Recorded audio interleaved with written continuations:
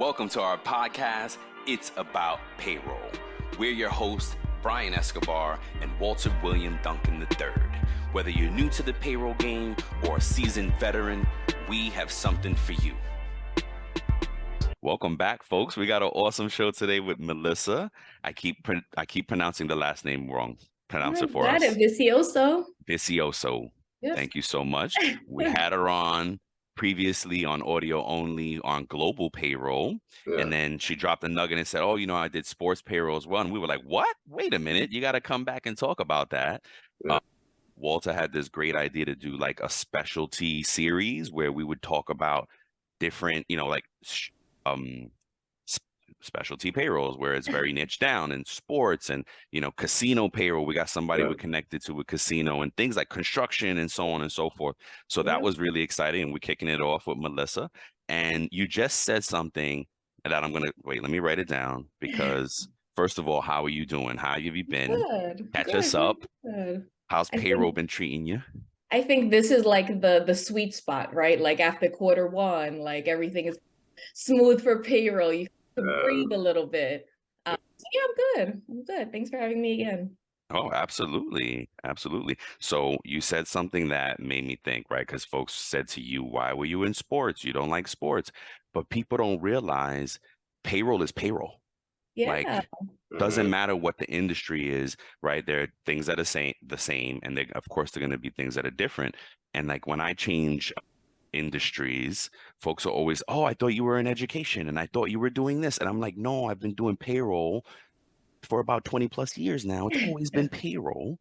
Yeah. So, now I'm doing HR as well, but it's always been payroll, and it's still, the HR ops side is the other side of the same coin. But, that's what struck me right away. So yeah, I think what I always tell people, either in interviews or maybe just during my experience, like with my experience, is I think you actually are a little more valuable, at least in my opinion, right? When you work for different industries, because you even use systems differently.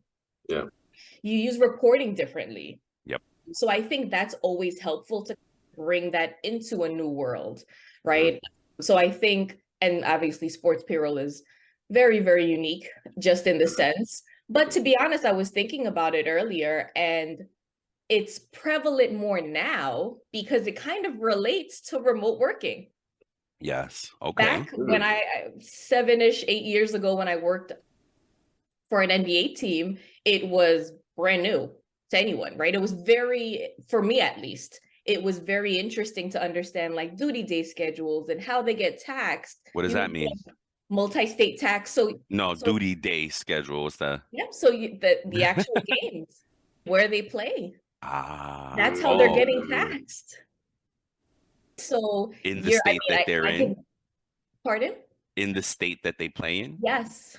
But don't they play in like every state over? Wow. So you're extreme. So how do you manage that? How does that work? So for me, I mean, I can't speak for every sports person that handles sports payroll, but you sync up with the travel manager. You sync up with basketball operations to really ensure, because who's traveling with the team? Did you guys fly in the day before? Did you have a practice in a day before? It's literally. What do you mean? What do you mean? Wait, hold on. If they had a practice game. Time out. Practice. You're like, all right, this is heading into. It's that intricate. Practice? Yes. Even if they had a team meeting. You sound like AI, Brian. You have to digest it. Yeah. Yes. It's crazy. So think about it like this. I just looked some quick facts, right? More recent times. So there are 82 in-season games, right? So that's taking technically 82 duty days, but you have to counter in preseason games. You have to counter in summer league. You have to counter in any sort of, again, like I said, a practice day. If they're on the road for a long time and they have to sneak in team meetings and things like that, where do they actually take place? It's all of that encompasses. So many questions, right? Taxes. So is their salary divided over all these little things, or Yes. is it? That's interesting. This is amazing. Yeah. But they're not considered hourly, right? It's a No, no, it's no. a it's It's a okay. day It's a tax. contractual salary, or it's a Yep. day. So you come up with a daily amount. So you have, again, you sit with a travel manager, you sit with basketball operations, and you figure out, okay, what does their year look like? You tend obviously that changes, right? But you tentatively have that schedule, right? That's Yeah. where how the season's created. Yeah. So you can break that down, and then literally, I in the beginning started doing per payroll. We processed a semi-monthly payroll, and then started doing it monthly, right? Because it was taxing, right? Oh Like my. you're constantly doing it. You want to ensure, did a player get injured? And again, Why did that impact anything? I mean, not that it what shouldn't, if they but didn't how? travel? Hi, I'm George LaRock, and I'm looking forward to exploring the critical trends shaping the future of work and technology with you over on the Work Tech podcast. Now, this podcast is a little different. I bring together industry leaders, innovators, and investors, and we go deep into market intelligence that matters to HR pros and tech providers alike. So give the Work Tech podcast a listen here on the Work Defined Podcast Network, and please subscribe if you like it. See you there. Oh, they did. Technically, it's not duty. What if they Okay. ended up? What if they had to stay at the facility for a day a day longer? Or maybe there's so many different instances Wow. where you have to like consistently think of, with payroll, right? It's very uniform, right? As long as you have a uniform process that you can explain Right. to either the IRS or a Okay, state got you. agency, I'm following. right? Yep. And that's what we had to keep control of, essentially. Maybe now there are things that developed, but I just use Excel. That was it. That was your master record, right? It was and on top of that, it's not even the players, it's the coaches, it's any traveling staff Well, so that was my next question. that you have Did to you guys consider as have well. did you guys have separate payroll for corporate as opposed to the players? Yes. No. Okay. So it No. was all the basketball operations, then But what did corporate, what did and basketball then operations include? The players as well and everybody around them? coaches, Coaches, physical assistants, therapists, right. ball Everything to make the boys, team work. every Okay. So that's basketball operations, and then there was corporate. then there was corporate, and then not every sports franchise owner owns the arena that they play in as well. Fair, I of guess I was course. lucky enough maybe to have that in my case. So we actually even had arena staff. Oh, okay. Wow. And so how big was So the payroll staff? it wasn't big. It wasn't I that didn't large. think I so. want to say maybe, I have to think back, maybe 700. Not huge, not a No, huge just on the payroll. okay, so 700 total. Got Yeah. it. But what about the team, the payroll team? It's I just want one to for say, you? oh, the team initially, when I was first hired, it was a one-person payroll team. Wow. And I was like, So the I figured players in itself, it's your one, right. your white glove service, right? Yes, You're the contact person for an agent, for an accountant, for their mother, for them. Like you Wow. can't Wow. provide that level of service in that gold standard and then have to worry about, okay, now I even have Payroll. the entire C-suite on corporate side, and then I have hourly staff. So I quickly went to the CFO with just business justification of, listen, for this position to not only be sustainable, but for it to be successful. And I think that's definitely an important part. And to be now that I think about it, it was my first managerial role. So for me to step into that, to quickly recognize, like, yeah, I can't fail here. So what resources do I need? I need to bring metrics, right? I need to bring actual analytics for a CFO or anyone in charge of budgeting in that sense to say, this is a no-brainer. So now I understand, because I had a couple of friends in my life, in my career, tell me that the sports payroll was a lot. Now, listening to Melisa talk about it, I have a better grasp of what they meant. Like it entails a lot. Wow. Yeah.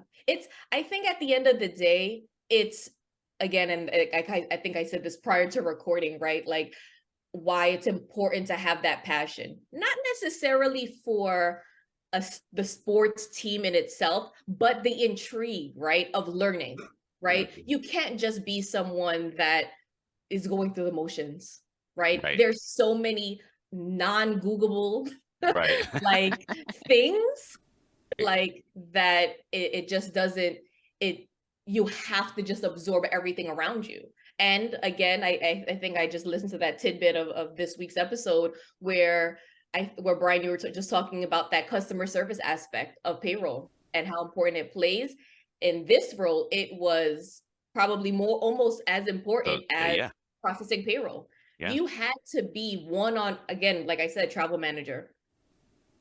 Even, I can't remember his title, somebody that related to basketball contracts, to understand what changed there. Are there any sign-on bonuses? Do they have playoff bonuses? It was that you had to be on one accord in order to play the players correctly. And it was just Excel. I'm sorry, go ahead. Go ahead. No, just Excel to manage it all, like you said. Yeah. Wow. That's all I had. So I guess a question I have is, as far as the contract details, because every athlete's contract details are different. Yep. Like, so that was why you connected with the basketball operations people, so you can get that information and stay on top of that. Yeah. Because I know some contracts have incentives, like if you play these amount of games. Yep. Like, oh wow, okay. Yeah, that's exactly what it was. And so what we did is we created more like a master file, right, for every single contract, every single season, right? Are there any kickers? When are they due? So you can understand where the player is, right? Are they at home? Is it off season? So we can charge if somebody was living in Texas, right? That's a big difference than somebody living in California. Wait a second. Time out again. So there was allocations off season as well? Yep. So and that played a huge part in being in sync with their CPA or whoever else that was handling their financial decisions. Because then again, when I came on, I was still answering questions from 4 seasons prior to me. Oh my God. That's how, so it's extremely important to keep such detailed records. And then on this, especially I was in New York, right? So we had state tax, we had local tax, city tax, transit tax. Exactly. It's really important to even understand that for yourself, so you can explain it to a non-payroll or non-tax person, like a player, right? He's 19, 20 years old. He doesn't even know what FICA is, right? he doesn't even understand tax allocation, right? He just wants to understand why his check went from, for real, I don't know, $300,000 to $175,000. For real. Right? I would want to know that too. Yeah, right. I would want to get that. I don't get it either. Yeah, he's like, why am I taxed 37% federal taxes? Right? Like, why? Like, can I get around it? Like, they're also obviously, as they should be, right, really involved with their finances. But it's explaining it again, all the experience that you've had in payroll, and explaining it in a quick 20-minute meeting, right? So it's all of that, I think, is, again, one makes up sports payroll, but it plays a huge part in your relationships at the team. If you don't have a good relationship, again, with basketball operations, or even on the corporate side with finance, understanding escrow, understanding the pension side of it, right? Reaching out to the NBA and actually having a connection, right, on anything that changes via union, right? Like, it's all of that. So imagining one person handling all of that. It's just it's too much. It's too how many players are also on the team?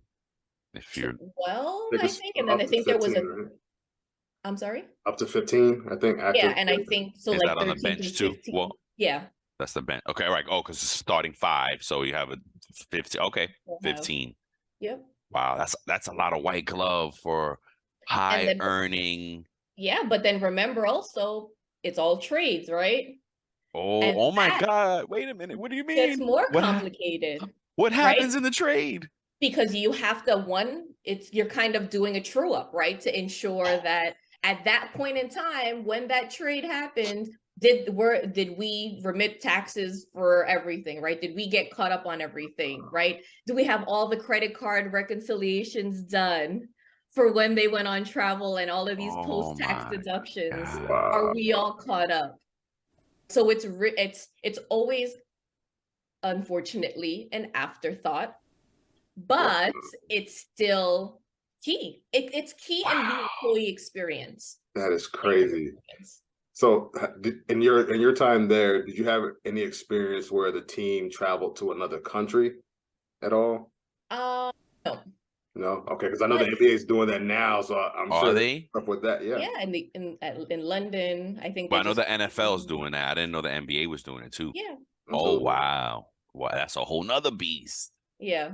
It's different, but I mean, in itself, just in the US, right? There are a lot of rules. There are so many rules that I can't think of them offhand, but there are some states that even it depends on the wage base, right? If you earn less than, and maybe this is not related to the players, but related to the basketball, I don't know, engagement associate, right? That makes maybe $75,000, but she wants to go travel, right? So her duty date technically doesn't count because it's below the salary threshold for that state. So it's that kind of up-to-date knowledge that you need to have. Wait a minute. This is priceless. This is priceless stuff. For real. Okay, so hold on. So now not we all get obviously the players are moving around and we got to tax them by state. But now are you also saying that the staff that supports this movement gets taxed the same way in their checks? Yep. Coaches. What the hell? The GM when he travels. Really? But the GM should be stationary most of the time. He's pretty involved. And then the GM, the sports commentators that go on the road with them, the journalists, anyone attached to the team, obviously that's on payroll, you have to account for them. Wow. And again, like I said, I mean, and this goes for any payroll, right? You have to understand it, right? Like we both can't be lost. Like we both can't be lost explaining a payroll form. You have to have that confidence. Yes. And then times that by a $57 million contract, right? It's truly having that human soft skill that we were talking about. Like you need that. And then again, like I said, it's dealing with external parties. When I was working for the NBA team, I made it a point to have a contact person for every single state agency. I was the sweetest person in every email, on every phone call, because you need that, right? You need that. If you need a partner with you, tax record from 5 years ago, they aren't quick to send it to you. But if a player's CPA is reaching out to you saying, hey, we're accruing interest every day that we're not paying this tax levy, we need to understand what it relates to. Is it technically my job? Not really. It's a very fine line. But again, he's a player.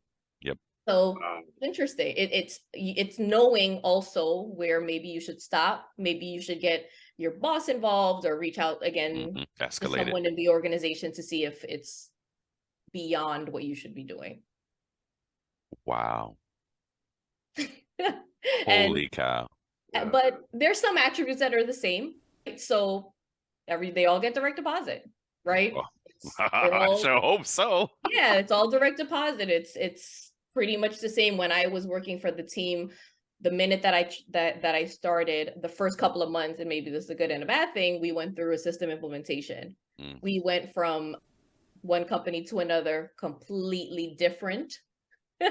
So it was even understanding maybe like the intricacies of each system and explaining why paychecks look different and how to update direct deposit information and things like that on that level, right? On that kind of, again, white glove service. So again, some things are the same for the most part. Yeah, for sure. It's definitely the differences that make the story here, like make it so interesting. It's holy crap. Yep. So Wow. Now, yeah, I had access to, again, it's all, one thing is also access. This is like in my like the epitome of like that confidentiality that all payroll personnel have, absolutely. right? That's right. You're privy to contracts literally the minute that they're signed, right? You get it in your inbox, or you check the Dropbox or whatever the case may be, and say, you know what, we have to figure out, we have to already onboard them, Did you guys right? sign Connect with their NDAs? agents, right? Get these authorization forms out to see who can actually speak to kind of like a, not necessarily power of attorney, but similar notion, right? To say, can I talk to his mom about his paycheck, right? Did he sign off on that? And it's having them on file, right? We had our own like legal team vet these forms to ensure that they're legit, and they'll hold up in court or any sort of like legal action. So it's even the initial aspect of it, right? Getting their passport, right? Getting like their ID. It's so kind of far-fetched because their number one focus, right, is their performance, right? Is their skill set. This is truly an afterthought, right? To figure out where their original birth certificate is. And you play a part in that, right? My role there was truly HR payroll. Oh, wow. It wasn't only handling or managing the payroll side of things. Yeah, because the 700 head count, even though it's complicated, you don't need a lot of big team. You know, it's not a big teams involved, so a few people can cover it. Yeah. Yeah. Wow. Did you guys have to sign NDAs? Hi, this is Stacey Harris. And this is Terry Zipper, and we're the host of the two podcasts under the HR Huddle. On Spilling the Tea on HR Tech, we uncover the latest trends, truths, and challenges from Sapient Insight Group's groundbreaking research and our analyst insights, serving up everything you need to know about HR tech with no sugarcoating.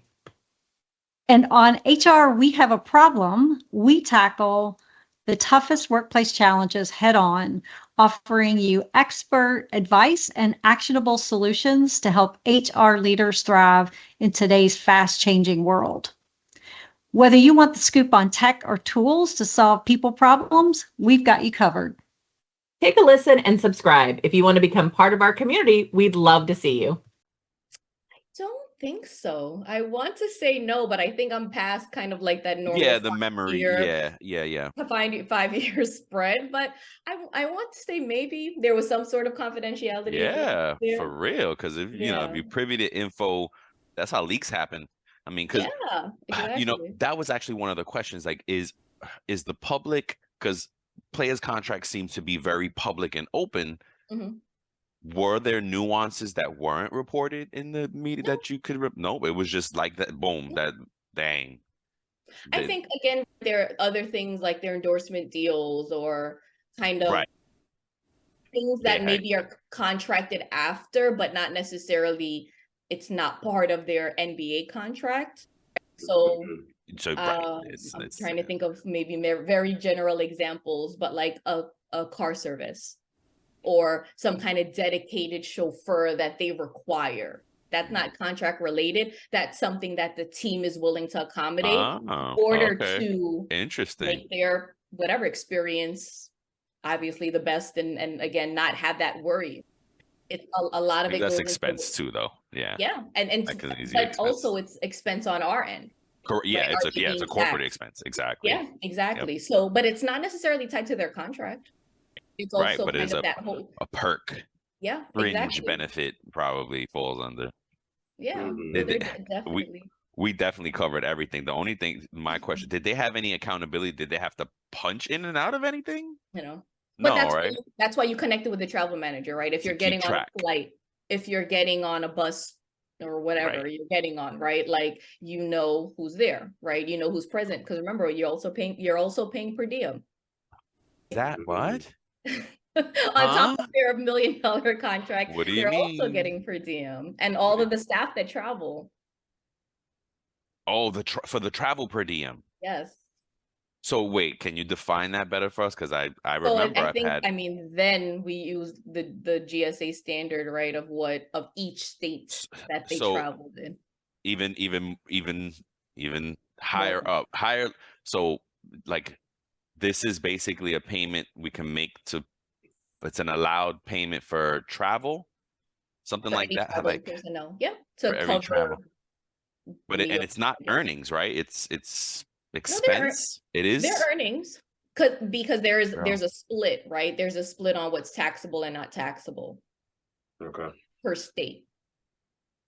Yeah, I remember that part. I remember when I was at a staffing agency, we had folks that traveled around. I had to do the per diem piece of it.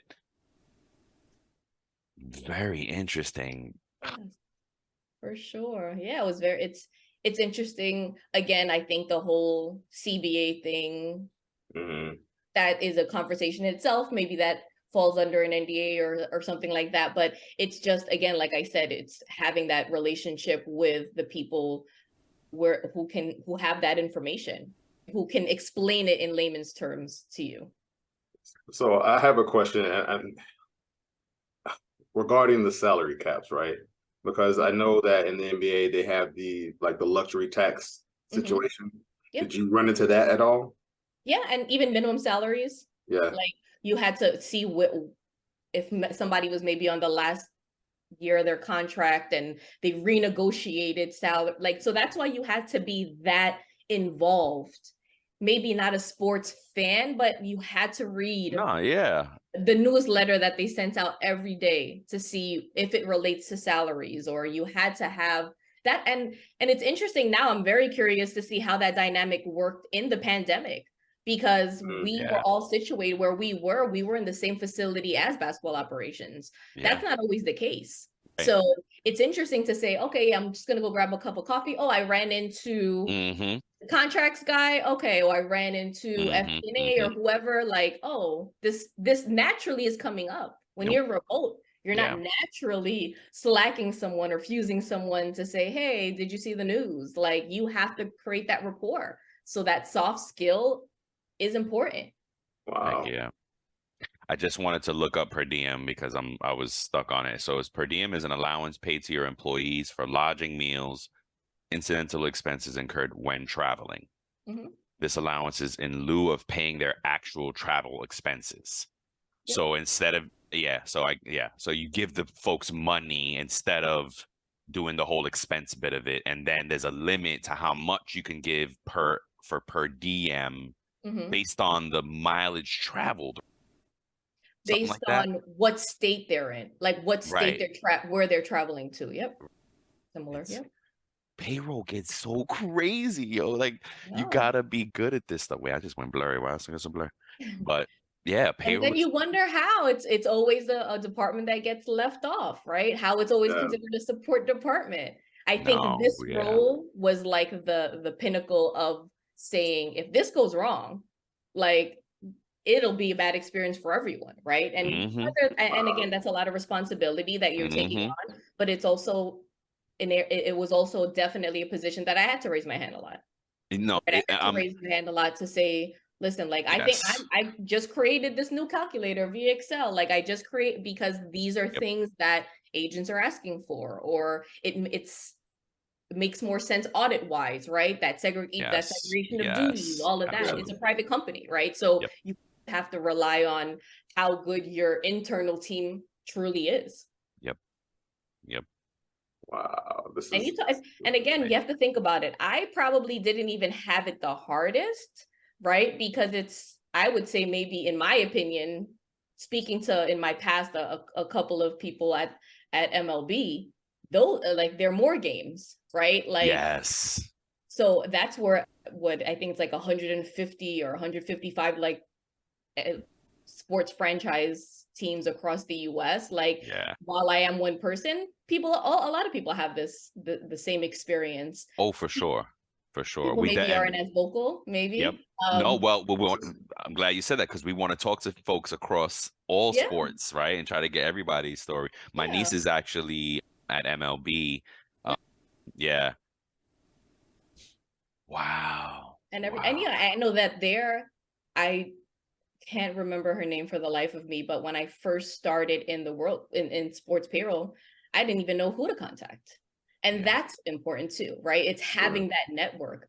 I went on the limb and I emailed everyone in payroll. No Almost way. every single payroll person. No way. Good for I you. Did reached you get out, like, response? and some people responded, some people didn't. And it was, you have to create those relationships, right? To say, Yes. hey, you know Yes. what, I spoke to some people we texted, like, and it was having Yes. that network of 30 teams to say, again, like I said, some people were a lot nicer and willing, Right. and And were in willing the to help. industry for a lot longer and knew already before I said anything what my question was.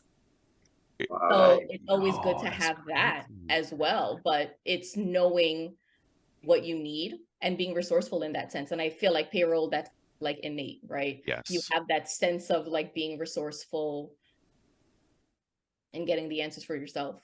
So sometimes investing in ourselves is not just money, it's taking that time, going out on a limb, right out of your comfort zone to say, hey, I need help. I'm like Brent, right? And oh, that's dope. That's amazing. Yeah. That's amazing. Thanks. Wow. Yeah.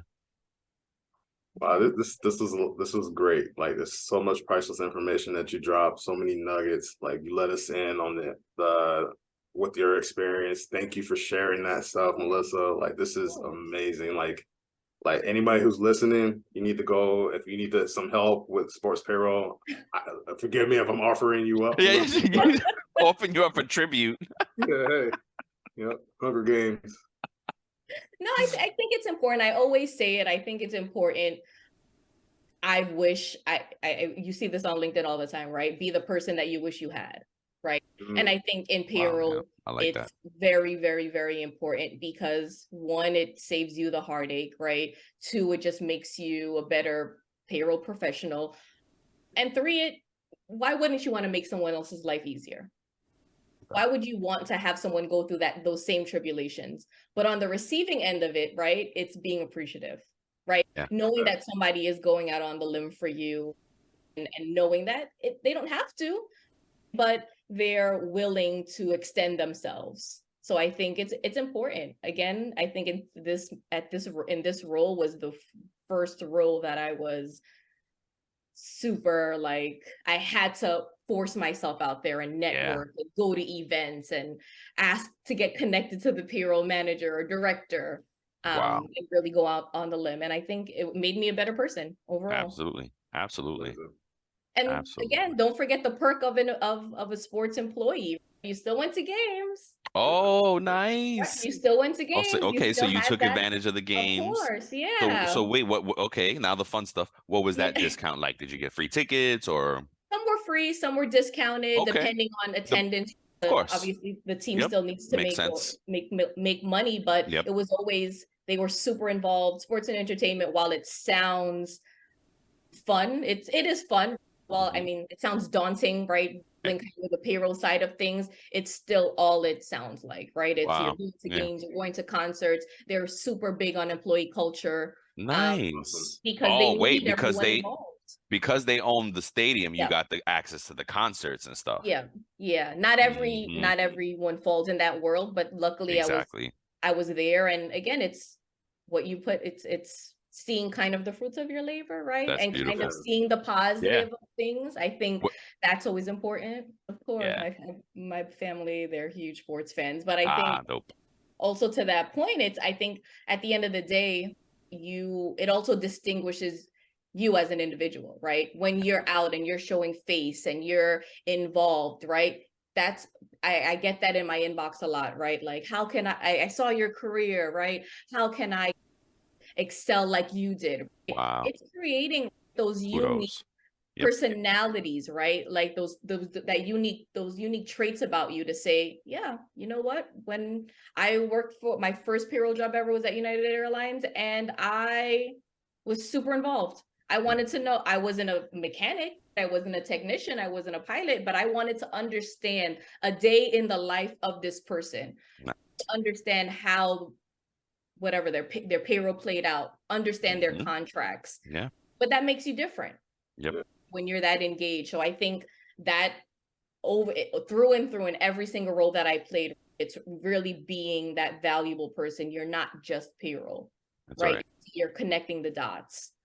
being passionate about what you do, right? Yeah, And I think and it that's shows. It does first. It for sure shows every week on the podcast, right? You hear it in your voice. You see it now, but you hear yes. it in your voice, right? When you guys are so Thank you. interested in your whole true crime Yes, feel, thank you. right? Like Yep. you hear the excitement. You're like, I cannot believe this is happening. Like, and you're relating it to your current job and things like that. Yeah. I think that goes a long way. It goes obviously not as important as technical, but it's coming very, very close to it. Yeah. And the technical stuff is coming, you know, because we're just trying to figure out a good way to deliver it.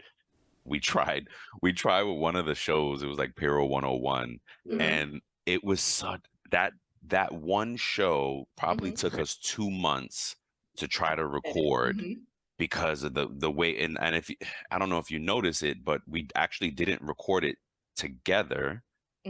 We had decided, look, it's too hard to be together trying to go through this. Go record your piece.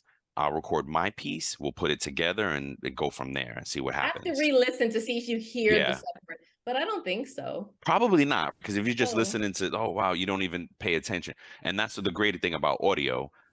Hey friends, Marnie Robbins here, host of Vibe Makers, a podcast now on the Work Defined Network. Look, we all know workplace culture doesn't come from a slide deck. Gross. It comes from people. So on Vibe Makers, I talk to the folks shaping the experience of work from the inside out. You know, the HR and people ops folk, founders, leaders, and misfits building culture through small bets, big beliefs, and a whole lot of trial and error. No fluff. Well, maybe a little fluff, but mainly just candid talk about what happens when you stop duct taping your culture together. Come check us out. Listen to Vibe Makers wherever you get your podcasts. But we realize, like, you know what? That's training. That's training. And we can do that. We can deliver that, but that has to be through a different medium. Yeah.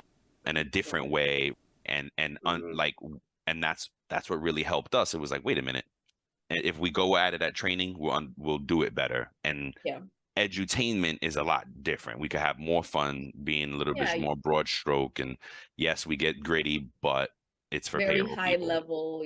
Like it needs to be very general, so people don't come back and they're like, what in the hell? Well, you actually said this, but like, okay. And that's funny because we try to be careful with that too. Like, whoa, wait a minute. Whoa, that's not the only answer, you know. So yeah. Oh man, what a pleasure to have you on again, Melisa. It was been great. Well, anything that I'm blown away. I learned. Show your heat, bro. Open the jacket. Talking about basketball. His Heat is in the playoffs, and my Knicks are in the playoffs, and we're gonna get smashed, man. Oh, you don't think you're gonna do well? No. Dang. See, I don't even know. My brother got, like, I was just telling Walt, my brother got so mad at me. I was like, oh, the Knicks are in the playoffs. He was like, well, yeah, of course they are. And I was like, oh my God. Yeah, exactly. I was like, sorry if I haven't been keeping up with basketball. But now it'll be fun to watch playoff. Try to catch some games yesterday too. And you know. And the whole time you're going to be like, oh my God, where are they playing? Oh, now that's it. That's it. Now it's going to be like, oh, where are they? Oh, wow. And the other team. Yeah, I'm going to just be bugging out.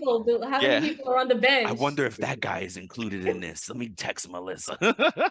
It's very interesting. Trust me. You're almost like, because they almost get paid per like extra round, right? So the first round you get it's an incentive. The second round, additional incentive. Oh, wait a minute. Duh. Okay, they're in the playoffs now. How does that work? Because you're done with regular season pay, right? So it's exact. So this is when things change. Wait a minute. So does it in seasons only the 82 games? This might have to be 2 parts. So wait a minute. But the 82 games is still paid over 12 months because that salary is still divided over 12 months. And no. Yes and you have to add duty days. So there's still a set number of days or wages that are allocated to your home state to pay. Okay. Yeah. So you're and then taking playoffs come. It's a whole nother plan of payment, isn't it? That you have to lay on top of it. Oh my gosh. Sounds so fun. Oh my gosh. I mean, define your definition of fun. Again, like I said, it's the challenge, right? It's you wanting yourself to say, this is so interesting to me. Yeah. Like, Yeah. I'm gonna figure solve this this. out. I'm gonna figure this out. I'm gonna solve for it. I'm gonna make it better. I'm gonna do Exactly. Absolutely. No, that's what I find as well for myself in my career. I love to help and add value to something and help solve problems. Yeah. I don't think I can be in a place where managers just check boxes every day, like, oh, everything's done. Yeah, great. I need, that there's a too much too, and we gotta pull it back and balance it out. But another conversation. that's exactly right. Thank you. And that's a perfect segue. So hopefully we can get you come back again. We'll figure out the. Oh wait, we have a verbal deal for a global series. yes, from Melisa. So, but it's going to be on your time for sure, and we're actually going to, depending on the timing and all of it, we may plug it in as additional shows throughout, so that you can record on your time, we can record with you, and whatever we want to do to make it happen. But Melisa has agreed to give us some more global nuggets, and we got to see, we're going to develop that out for her. So that'd be really great. The fans really loved you and connected. So we just want to keep giving folks what they like. You know what I mean? Knowledge. Yes, ma'am. So that's it, folks, I think, right? Yeah. Oh my gosh. I'm like so buzzing right now. It's such a great show. Yeah. I mean, we're gonna get off, and I'm gonna call Walt and be like, oh my God, how amazing.